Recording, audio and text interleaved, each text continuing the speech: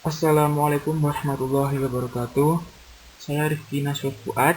Saya ingin mempresentasikan makalah dari saya yang berjudul Pengaruh Norma-Norma Kelompok dalam Mencapai Tujuan Kelembagaan di Madrasah atau Sekolah.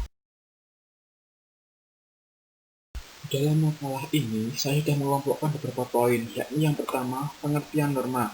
Di dalamnya ada proses kemunculan, kemudian tingkatan norma, dan jenis norma. Kemudian yang kedua adalah definisi kelembagaan. Di dalamnya ada unsur-unsur kelembagaan, kemudian hubungan dengan lembaga pendidikan, dan yang terakhir adalah kesimpulan.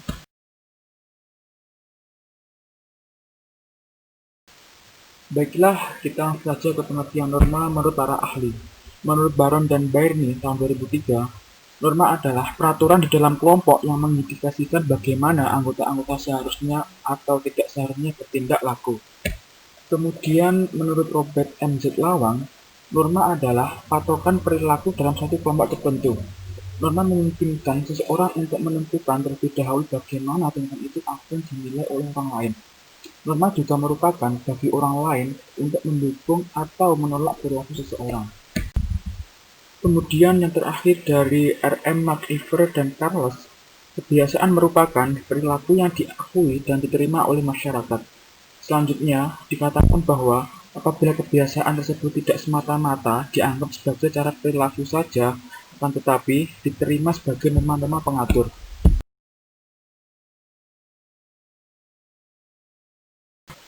Kemudian proses kemunculan, menurut Sherif dalam Forsut 2010, bahwa norma-norma itu muncul secara bertahap karena perilaku anggota kelompok, penilaian, dan keyakinan menyelaraskan perilaku dari waktu ke waktu.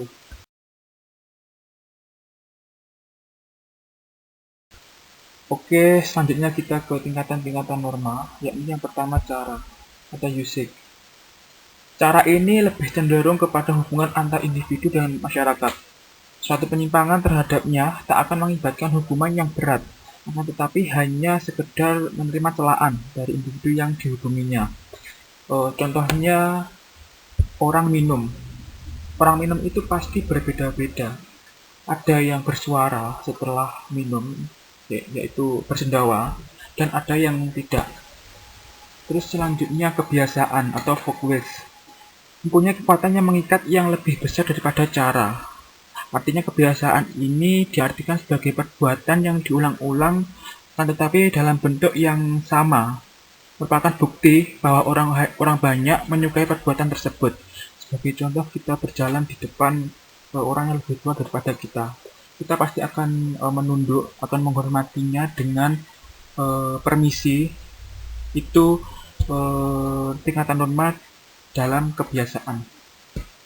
Kemudian tata kelakuan atau mores mencerminkan sifat-sifat yang hidup dari kelompok manusia yang dilaksanakan sebagai alat pengawas secara sadar maupun tidak sadar oleh masyarakat terhadap anggota-anggotanya. Nah, tata kelakuan ini merupakan alat agar anggota masyarakat menyesuaikan perbuatan-perbuatannya dengan tata kelakuan yang baik. Terus yang terakhir adalah adat istiadat. Adat istiadat ini bersifat kekal, jadi bila mana ada anggota masyarakat yang melanggar adat istiadat ini akan mendapatkan sanksi yang cukup keras.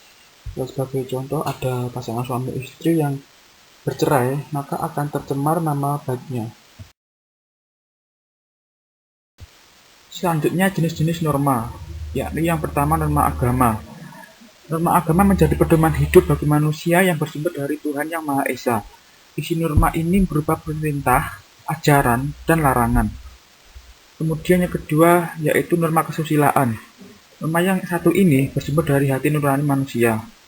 Norma kesusilaan mendorong manusia untuk berbuat baik dan menghindari perbuatan buruk. Kemudian yang ketiga yaitu norma kesopanan. Norma kesopanan sendiri didasari oleh beberapa hal seperti kebiasaan, kepantasan, kepatutan yang berlaku di masyarakat.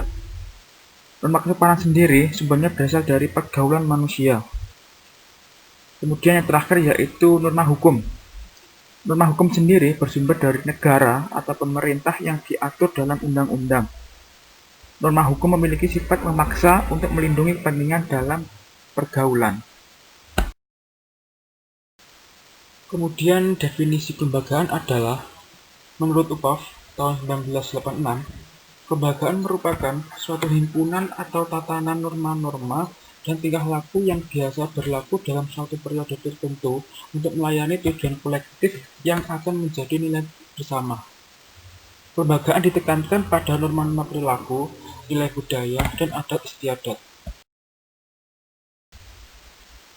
Terus kemudian ada unsur-unsur kelembagaan, yaitu ada institusi, norma, peraturan dan penegakan aturan atau hukum, aturan dalam masyarakat yang memfasilitasi koordinasi, kode etik, kontrak, pasar, hak milik atau property rights, organisasi, dan insentif untuk menghasilkan tingkah laku yang diinginkan. Kemudian hubungan dengan lembaga pendidikan. Pada dasarnya, lembaga pendidikan didominasi oleh unsur-unsur yang berhubungan erat dengan aturan, kode etik, norma, hukum, dan faktor pengikat lainnya. Sebagai contoh, penyimpangan atau pelanggaran norma dalam dunia pendidikan adalah salah satunya bullying atau perundungan. Mengutip dari Tangerang News, dalam hal ini KPAI mencatat dalam kurun waktu 9 tahun, dari 2011 sampai 2019 tahun lalu, ada sekitar 37.381 pengaduan kekerasan terhadap anak. Bullying merupakan penyimpangan negatif karena adanya tindakan yang dipandang rendah dan melanggar nilai atau norma di masyarakat. Perilaku bullying biasanya dilakukan oleh para senior terhadap juniornya.